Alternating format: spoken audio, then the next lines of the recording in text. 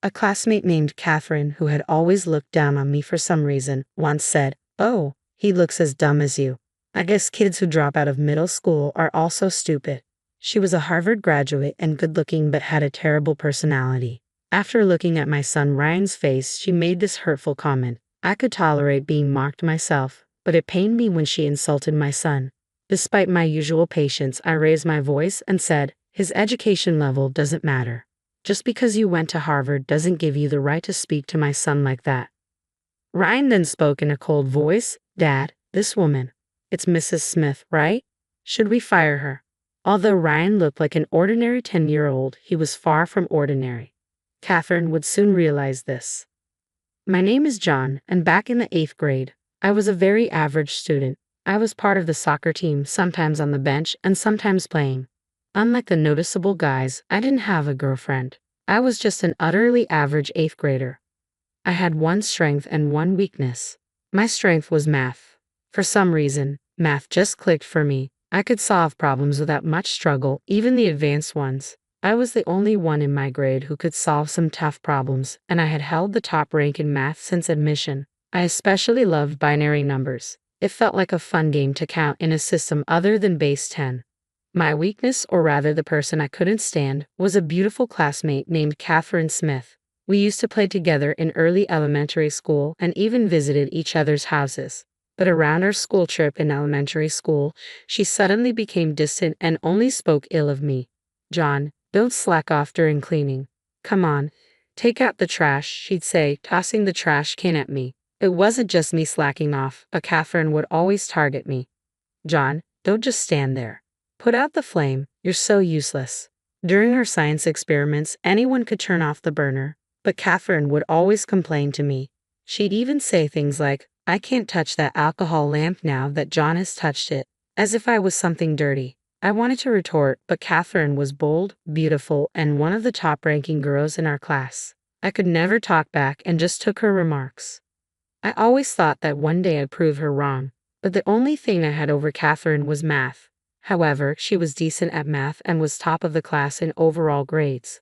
Throughout middle school, Catherine kept targeting me, and as fate would have it, we ended up going to the same high school. So my high school life started with the same strength and weakness. Then, during my sophomore year of high school, my life took a 180-degree turn. My father, who was the backbone of our family, passed away. He loved fishing in rivers, and one morning while going fishing, he drove the wrong way on a mountain road and plunged off a cliff, taking his car with him. He never came back. Our family, which had been living a modest and peaceful life, was shattered. I can never forget my mother's face when she received the call from the local police. I'll never forget the pale face of my father when we rushed to the hospital.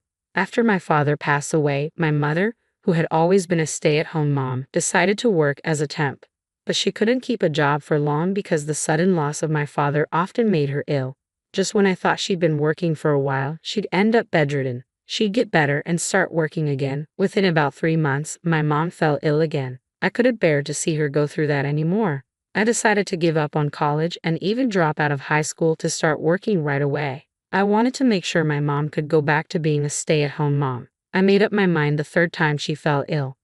When I decided to quit high school, Catherine, who always criticized me, confronted me. "What are you thinking? Are you out of your mind? Without a high school diploma, you won't stand a chance in society. You have just 1 more year of high school. Don't quit now. Only a fool would drop out." Despite her strong disapproval, there was no changing my mind. I handed in my resignation that week and left high school by the weekend. After quitting, I first took a part-time job at a local convenience store. Since my high school didn't allow part-time jobs, every day was a new experience for me. It was tiring, but I had committed to supporting our livelihood, and there was no turning back. As I got used to the convenience store job, I began to work part-time at a British pub in the evenings. My mother would cry when she saw the occasional burns I came home with, worried about my erratic lifestyle. Still, not everything about the job was tough. As I continued with my part-time jobs, a new chapter began in my life. There was a woman named Kate who worked as a server at the pub. Kate attended a renowned state university nearby, studying robotics. Kate and I started chatting a little more during the hours when there were fewer customers. It turns out robotics involves a lot of math, and I found the college lectures Kate shared with me really interesting. Gradually, I became interested in robotics. Whenever I wasn't scheduled at the convenience store during the weekday, I'd go to the university with Kate and secretly attend lectures. The classes were challenging with many unfamiliar theories, but I'd borrow Kate's student ID to study in the library afterward. Sometimes I wondered if I'd be attending that university if it weren't for my father's accident, but I found fulfillment in my busy workdays. Above all, experiencing my first love was wonderful. Kate, being 3 years older, seemed very mature. Every conversation with her was stimulating, yet when we'd stroll by the riverbank, her expressions were childlike and adorable. I wanted to protect Kate's smile forever. As expected, Kate went on to graduate school as one of the top students. Many research labs wanted her, and she chose one led by a professor known for tackling challenging subjects. Since Kate's research often extended into the late hours, she quit her part-time job at the British pub, so we no longer ran into each other at work. But every evening, once I was done with my job, I'd visit Kate's apartment, cherishing the few moments we could spend together. Kate's apartment looked like that of a typical science student. Aside from essential furniture and household items, there were piles of specialized books everywhere. By this time, I couldn't comprehend the complexity of the books Kate was reading, but she'd occasionally simplify her research for me. You know, John, after working a few years, you can always choose to go to college, she said. I thought I had given up on the idea of going to college, but it was Kate who showed me that option. Turns out not everyone entering college is a fresh high school graduate around 18 or 19. Many adults do it too. Those who worked after high school and then felt the urge to study more also enroll. But Kate, I didn't even graduate from high school, I mentioned. Kate told me about the GED system. Apparently, even for someone like me who hasn't graduated from high school, if you pass the GED test, you're considered to have a high school level education and can then apply for college. Right now, I don't have the money for college tuition and I'm maxed out just supporting my mom and me, but a new dream was born in me, to save up money and go to college someday. My dates with Kate were mostly in her apartment or on the university campus, but they were always a lot of fun. The university's cafeteria was affordable and tasty, and considering the appetites of college students, they had plenty of large portion options, which was great. Kate loved the parfait from the cafeteria. Every time I bought her one and brought it to her table, she'd be so delighted. I'd often think that if I could earn more, I could treat her to parfaits at fancy cafes instead of the cafeteria. But the joy Kate found in those school cafeteria parfaits made me cherish her even more. Kate would always tell me, if you want to earn more, you can't just work more hours. There's a limit to how many hours a person can work. Instead, improve your skills. If you can earn more per hour, you make more even if you work the same hours. You should focus on learning. I had a tendency to pick up more shifts whenever I saw something Kate might want, but her words made me hold back and consistently work on improving my current skills. I learned to use software I couldn't before and even got a culinary license. Though it cost money to study and sometimes felt like a financial setback, once I got that culinary license, the manager at the pub I worked at praised me and raised my hourly wage. As a result, I was able to buy Kate the necklace she had been eyeing for Christmas. With my improved computer skills, I got a job as a computer class instructor through a friend's recommendation, leaving my convenience store job that I had since dropping out of high school. Teaching computer skills to folks in the community meant a significant bump in my monthly earnings. Around this time, my mom, feeling healthier, started working part-time, reducing the financial burden on our household. Little by little, I started saving money. With savings in hand, I began to think about marrying Kate, and when Kate graduated from grad school in the spring, we joyfully tied the knot. Our life together, as she started her job as a researcher after her postgraduate studies, was incredibly happy. We rented a small place, and whichever of us got home first would make dinner, and we'd eat together every evening. Even the moments just lying together, I felt so happy being aware of Kate's presence beside me. I continued to juggle my jobs as a computer instructor and a part-timer in the pub's kitchen. One day, the manager approached me, saying he wanted me to run the kitchen for a newly opening pub. It seemed I was the only part-timer with a culinary license, so my hourly wage increased a bit. John, let's save the extra money for when you go to college someday, Kate suggested. Even though I wanted to treat her to all her favorite foods, she said, I'm quite content with my current life. You should definitely go to college. You love math so much. Kate wouldn't let me use the money for our date nights. I even proposed sending more money to my mom, but after hearing from Kate about college, she refused. That's how I began saving for college. Then one day Kate, blushing, told me something. I'm pregnant. We were truly at the peak of our happiness. Our son Ryan turned out to be an astonishing prodigy, much to our surprise. Kate and I were both good at math, so we expected him to like it to some extent, but he exceeded our expectations. In no time, he could count from 1 to 100 and started solving quadratic equations even before kindergarten. He quickly became fond of binary, my favorite, and could convert decimals to binary instantly. Kate continued her work part-time, and after finishing her research at the lab and picking up Ryan from daycare, she'd chat with him about math and ways he could understand it. Ryan always listened with shining eyes. By then, I had quit the pub job and had become a full-time instructor at the computer class. Ryan quickly learned to operate the computer I taught him, and he easily outgrew the programming materials for elementary school students. I wondered what kind of person he would grow up to be. One night, while stroking the sleeping Ryan's hair, Kate said this and suddenly began to cry. "Kate, what's wrong?" It was such a cheerful topic, so I was puzzled. Looking at her face with suspicion, Kate clung to me and began to cry. Then she revealed, I have been diagnosed with a brain tumor. I was stunned. Only 6 months left. I couldn't come to grips with Kate's confession and remained silent for a long time. I knew I needed to support Kate, but I couldn't help picturing my father's pale face. Now, even Kate, it reminded me of that atmosphere when my mother answered the phone that day. It was terrifying. "Please tell me it's a lie. Tell me you're just joking." I couldn't accept Kate's illness, and for a while, life continued as usual. Kate went for treatments, but she never talked about her illness since then. I thought maybe we could just pretend it never happened. But one day, a call came from the lab. Kate had collapsed. Lying in the hospital bed, Kate had regained consciousness but was hooked up to several lines, breathing through an oxygen mask. I wanted to look away, but the situation had escalated to a point where I couldn't. "Please look after Ryan," she said. By the time I finally accepted the reality of her words, Kate's condition had deteriorated to a level beyond treatment. For the month before Kate passed away, we repeatedly talked about Ryan's future.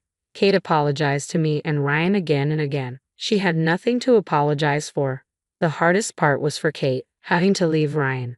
Kate often said, "Ryan has an incredible talent," and I felt the same way. I promised her that I would do everything I could to help Ryan harness his exceptional gifts. Kate often took Ryan to the lab, where everyone adored him. She asked me to keep taking him there even after she was gone. With the help of everyone in the lab, I promised to provide the best education possible. At dawn, 6-year-old Ryan held back tears and said, "Mom, Dad, and I will do our best." Don't worry, Kate was called to heaven at the young age of 33. Having lost a loved one twice, I couldn't afford to break down. I had to protect my son Ryan. From that day, we started a new life focusing on nurturing Ryan's talents. Time passed, and as Ryan's 10th birthday approached, we went to celebrate at a famous upscale restaurant known for its traditional dishes. After enjoying our meal, we were satisfied and just stepping out of the entrance when I noticed a familiar face. It was Catherine, an old acquaintance from elementary to high school. She was there dining with her boyfriend. Upon seeing us, the corner of her mouth twisted into a smirk. "Dining in such a fancy restaurant even though you dropped out of middle school. Out of your league, don't you think?" Middle school dropout or not, what's that got to do with anything? I didn't want to provoke Catherine, especially with Ryan around. I tried to leave quickly, but she kept on throwing jabs. "You probably can't even educate your child properly with your dropout status, can you?" I had promised Kate to prioritize Ryan's education, so this really got under my skin. Still, I tried to ignore her and started to leave with Ryan. "Look at him. He's got that clueless look, just like a dropout's child." His stupidity runs in the dropout family, Catherine pushed further. Although I could handle insults thrown at me when she insulted Ryan, I lost it and snapped back. "My educational background has nothing to do with this. Just because you went to Harvard doesn't give you the right to talk that way about my son." "Oh, come on. Is it because you didn't even finish high school?" Catherine continued to mock. Ryan suddenly said in a cold voice, "Dad, this woman, it's Miss Smith, right? Should we fire her?" "What are you talking about, Ryan?" I tried to reprimand him, but Ryan continued. "She's a business associate of my company. She might not know me, but I've seen her. She's from the security firm we've outsourced to, so at the very least I can have her removed from the current project, right, Miss Smith?" "Ryan, there's no need to retaliate, no matter how much one is mocked," I said, trying to silence Ryan's harsh words. "What? How can a kid like this be associated with my company? There's no way you can fire me. Talking your dreams.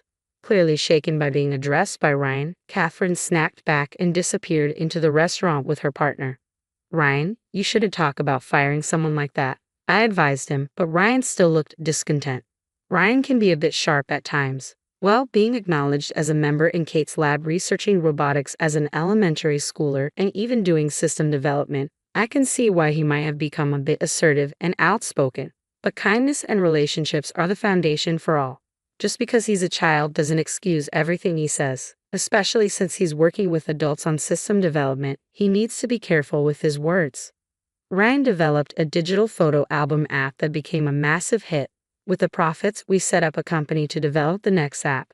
On paper, I was listed as the CEO, but in reality, Ryan was the one pulling most of the strings.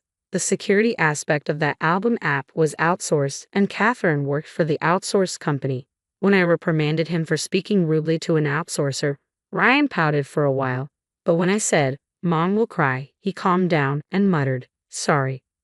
A few days after the incident at the upscale restaurant, a data breach occurred at Catherine's company. Fortunately, the information leaked wasn't directly related to Ryan's app, but we found ourselves dragged into the whole mess. You did it, didn't you? Holding a grudge about that incident before, Catherine accused Ryan of being the culprit. Ryan was, of course, outraged. Feeling indignant, he was determined to find the real perpetrator. Fortunately, the method of the leak wasn't too complicated. It seemed like he'd just have to decrypt some codes and trace back a few IP addresses. With the help of everyone in the lab, when they decrypted the code and tracked the address, it surprisingly led to the computer of Tom, the boyfriend who had accompanied her to that upscale restaurant. When Catherine confronted him, Tom readily admitted that he had someone else do it for him. I was just jealous of how capable Catherine seemed able to do anything, Tom confessed. Catherine had a flashback at those words, remembering a time in the past when she felt inferior to her first love in math and acted mean out of frustration. Catherine had intended to confess her real feelings and apologize for her past behavior when they graduated high school, but he dropped out, and she never got the chance. Even though she was the one at fault, she harbored resentment and said hurtful things when they met again. Catherine came to my house to apologize and shared her story. I was utterly shocked to see the proud Catherine almost bowing her head to the ground in remorse. Her confession that she once had feelings for me was even more startling. It made me realize anew how emotions can become so tangled that they're hard to control. Ryan didn't say much, but he seemed to sense something in Catherine's sincere apology and her vow to help Tom get back on the right track. Kate, Ryan just turned 10 today. We're visiting your grave. Ryan's photo app is still selling really well. The new features are loved by the customers, and the add-ons are selling. I reported in front of Kate's grave, but I did something wrong, Ryan admitted on his own. Some people I work with spoke ill of me, and I retaliated spitefully. Even though I was the stronger one, I ended up bullying the weaker person. Had he truly realized his mistake? As a parent, I felt relieved to see Ryan reflecting on his actions. From now on, I'll be kinder to others. Even if someone speaks ill of me, I won't retaliate. So, Mom, you can be at peace. Kate, Ryan has grown so much, both in heart and body. He's truly maturing. And I have something else I want to share. Kate, I've decided to go to college next year. I plan to study engineering and work seriously on system development alongside Ryan and the others. It would be really reassuring if you joined the development team, Ryan exclaimed with enthusiasm. I used to only be involved in company management, but honestly, I've always wanted to be part of the development, not just for bug checks, but to be deeply involved. I thought going to college would be the best way to achieve that. When I grow up, I'll go to college too. I want to attend the same one Mom did. You already visit college research labs, don't you, Ryan? But you should definitely go to college, maybe even grad school. Yeah, and in the future, I want to be a researcher like Mom. I'll leave the company to you, Dad, Ryan said with a mischievous grin. Kate, he's growing up so strong and capable. It seems like it'll be a long time before I come to see you, but by then, I'll have plenty of stories to share. So please wait for me there, I whispered to Kate in my heart. John, Ryan, I will always be watching over you. It felt like I heard Kate's voice carried by the wind. All right, Ryan, let's grab some ice cream from the campus cafeteria on our way home. Yay! Ryan cheered. We started walking hand in hand on our way home, the scent of spring beginning to mingle with the air.